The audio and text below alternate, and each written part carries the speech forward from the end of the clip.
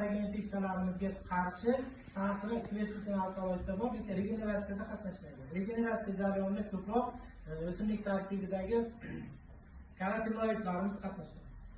Bular demak bu o'simlikdan olingan xomashyodan ko'proq foydalanadigan bo'lsak, teri regeneratsiyasini, pigmentatsiyasini tezlashtirib berishni samarasini oshirib beradi.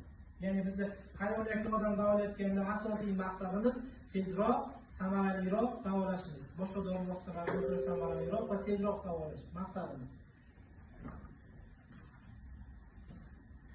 Demak, bu o'simlik asosida shu vaqtgacha qanaqa preparatlar ishlab chiqarilgan, qanaqa preparatlar olingan. Ya'ni farmatsevtika sanoati ko'proq preparatlar tayyorlanadi. Ular orasida balqon shaklida, krem shaklida, gel shaklida, spirtli malham, ya'ni nastoyka shaklida va turli damlama va qaynatma shaklidagi dori shakllari mavjud. Bular hozirgi kundan qo'llanib kelinadi. Ya'ni sog'ishda, kuyishda, teri pigmentatsiyasida va umumiy holatda yuqumli kasalliklarga qarshi bakteriya